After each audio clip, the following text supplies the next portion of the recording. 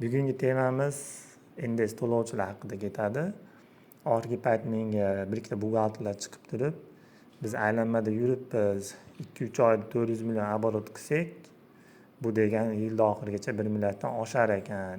Soliq xodimi uni qayta hisob kitob qilib turib, bizni endeksga o'tkazib yuborar ekan deb noto'g'ri fikrlarni o'zlariga olib olgan, qayerdandir eshitib olgan. Men shunga jicha yoyilma bermoqchiman.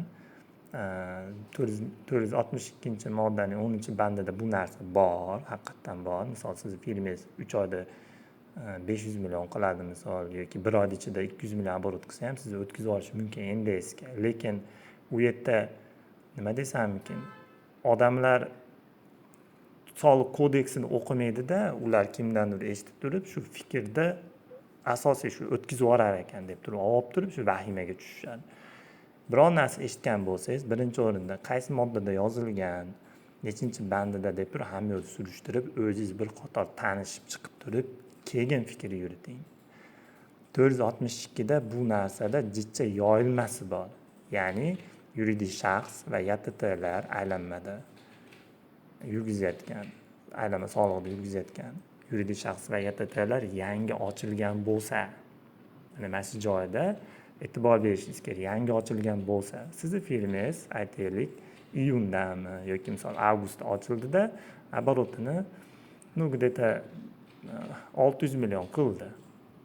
600 million qildida, soliq to'lovchiga siz misol avgust, sentyabr, oktyabr, noyabr, dekabr, ya'ni 5 oy ichida 600 million оборот qilgan bo'lsangiz, firmangiz agar 1-yanvarda ochilganda 1 milliarddan oshgan bo'lardingiz ekan deb hisob kitob qilib turib o'tkazib yuboradi.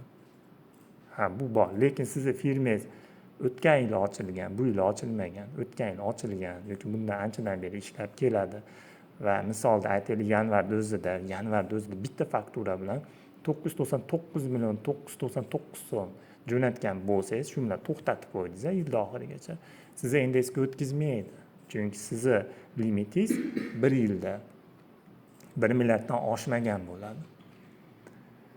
U yerda aniq yozib qo'ygan 365 kun deb, bu nima degani? Bu 1 milliardni siz 365 ga bo'ling. Bo'lsangiz 1 kunlik limitingiz kelib chiqadi. 1 kunlik limit bu 2,739,726 so'm. 1 kunlik limit. Sizni firmangiz qaysi oydan ochilmasin, shu summani ishlagan kuningizga bo'ling. Agar ishlagan kuningizga bo'lganingizda 2,739,000 dan kamroq chiqqan bo'lsa, siz aylanmada qolasiz, endeksga o'tmaysiz.